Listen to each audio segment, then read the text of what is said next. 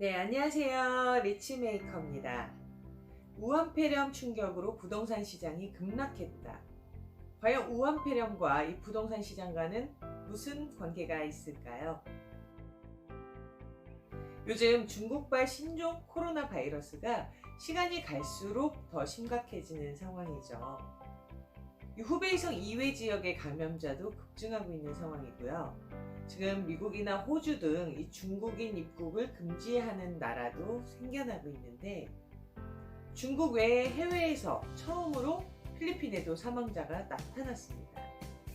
오늘까지 발표로는 지금 중국이 10,000명 이상, 일본이 20명, 태국 19명, 싱가포르 18명, 한국 15명, 홍콩은 14명 순으로 한국이 네 번째로 확진자가 많은 나라가 됐는데요.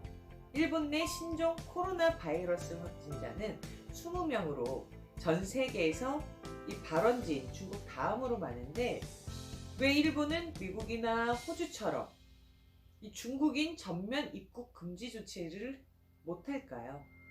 지난달 31일 후베이성 거주지나 최근 2주 내 이 지역을 방문한 적이 있는 외국인의 입국을 거부하겠다고만 밝혔는데, 이러한 입국 제한 조치는 전 세계 주요국 가운데 가장 먼저 빨랐지만 입국 금지 대상은 후베이성 체류자로만 한정했습니다. 이 한국 정부가 전날 발표한 조치와 동일하고 항공편 운항을 중단하는 조치는 따로 없었죠. 작년 일본을 방문한 외국 관광객 10명 중에 3명이 중국인으로 전 세계 통틀어 가장 많았고요. 한일 무역전쟁으로 일본 관광업계의 또 다른 큰손이었던 한국인들이 불매운동에 나서면서 발길을 끈차 중국은 유일한 일본의 구원투수였습니다. 이런 상황에서 중국인 입국 전면 금지를 안 한 이유는 일본 정부가 중국과의 외교 관계를 고려한 게 더 크겠죠. 근데 이 자국 내 국민의 생명보다 외교가 더 중요한 걸까요? 후베이성 사망자 361명으로 늘어난 상황인데, 지금 같아선 방역의 의미가 전혀 없습니다.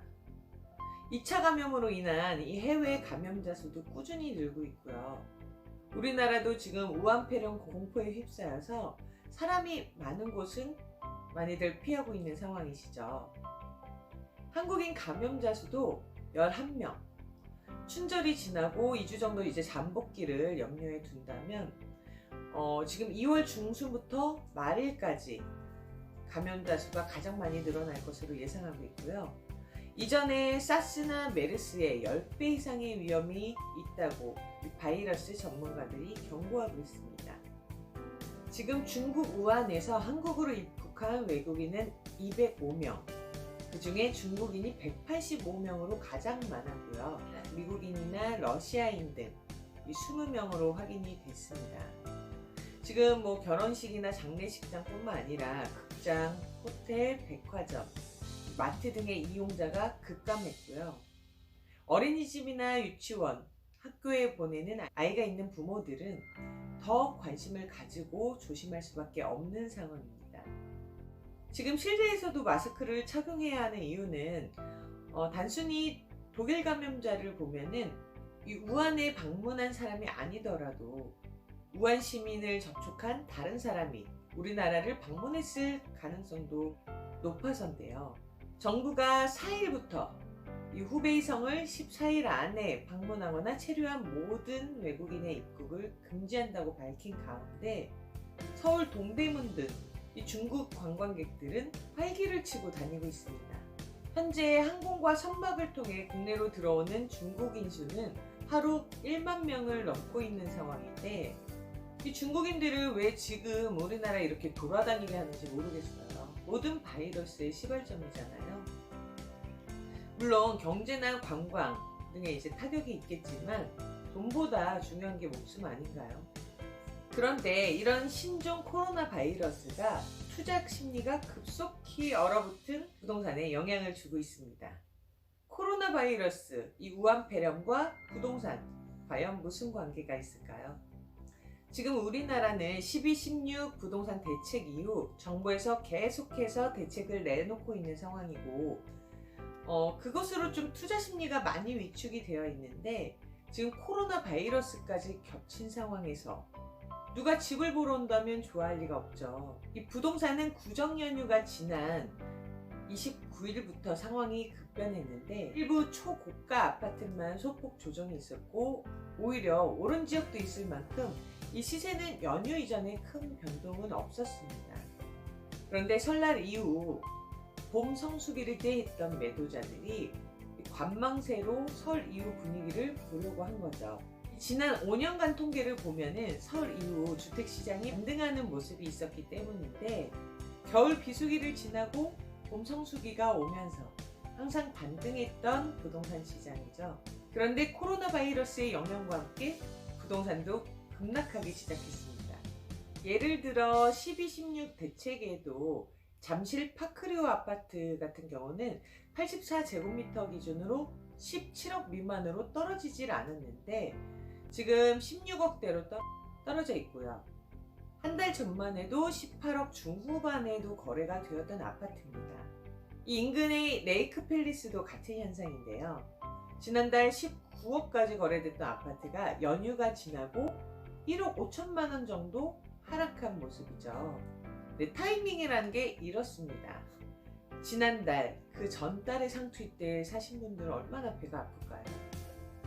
이렇게 단기적으로 얼마 안 되는 거래량만 보고 매입을 했다가는 거품이 금방 꺼질 수 있는 거죠.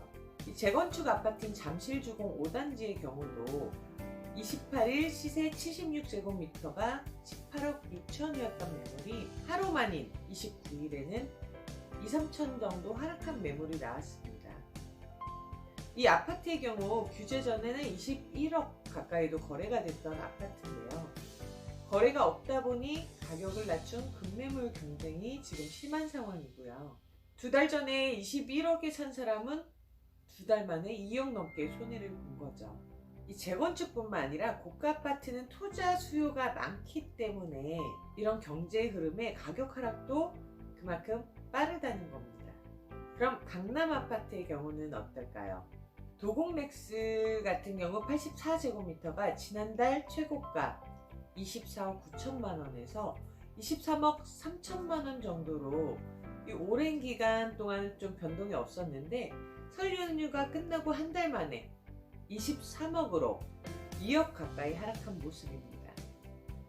이곳뿐만 아니라 음마아파트 등 강남 지역의 고가 아파트 기본이 지금 1, 2억 정도 하락을 한 상태인데 이렇게 원래 가지고 있던 실수요자들이야 워낙 오른 게 커서 2억 하락은 크게 실망할 점이 아니지만 이미 상투일 때 그러니까 한두 달 이전에 사신 분들은 마음이 정말 찢어지겠죠. 이 강남에 집을 사고도 앉아서 몇 억을 까먹는 상황이거든요. 그래서 고가일수록 이 투자 타이밍이 정말 중요한 겁니다. 그래서 이런 우한폐렴, 코로나 바이러스 사태에도 부동산 시장의 그 여파가 이어지고 있는 건데 안 그래도 악재 겹친 지금 부동산 시장의 심리까지 죽이고 있는 상황인 거죠. 아까도 말씀드렸듯이 애 있는 집에서 방문자에 더 예민할 수밖에 없는데 지금 시장에 집 보러 간다면 누가 좋아라고 할까요? 이 우한폐렴인 코로나 바이러스 지금 중국인뿐만 아니라 감염자 확산만으로도 우리나라에 공포감이 크게 작용하고 있는데요. 12, 16 대책 집값을 잡을 수 있을까라는 영상 제가 올려드렸었는데 강남 집값의 경우 지금 한두 달 내 그 거품이 마용성 같은 지역은 12, 16 대책 이후로 한 3, 4개월 그 다음으로는 중저가 아파트까지 영향이 있을 것으로 보이는데 많이 오른 곳은 당연히 많이 빠지겠죠. 지금 고가 아파트 가격은 하락하고 있고 중저가 아파트는 조금씩 올라가고도 있는 상황인데 결국 이 수도권 부동산은 잔물결보다 큰 파도를 보시라고 말씀드렸습니다. 무한폐렴의 확산으로 부동산 시장의 가격 하락에 부채질을 하고 있는 격이고요. 이 정부 또한 그 부채질을 더할 것으로 예상이 되는데 지금 3월에 공동주택 공시지가 발표가 있죠. 지금 아마 예상하는 것보다 훨씬 높게 반영이 될 것으로 보입니다. 시세도 많이 높아졌지만 이미 정부는 국가주택을 겨냥한 부동산 투기를 잡겠다고 12.16 대책에 선포를 했고, 종부세 폭탄 등 지금 언론에서도 이미 이 우한폐렴만큼이나 부동산의 투기 심리에 겁을 많이 주고 있는 상황이고요. 정부의 목표대로 고가 아파트부터 코로나 바이러스 감염자처럼 강남을 중심으로 강동, 마포, 성동, 용산 등으로 이 부동산 12.16 정책의 효과도 퍼져나갈 것으로 보입니다.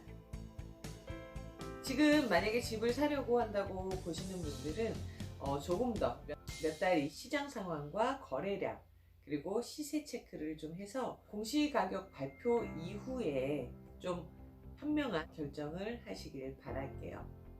당신이 부자가 되는 그날까지.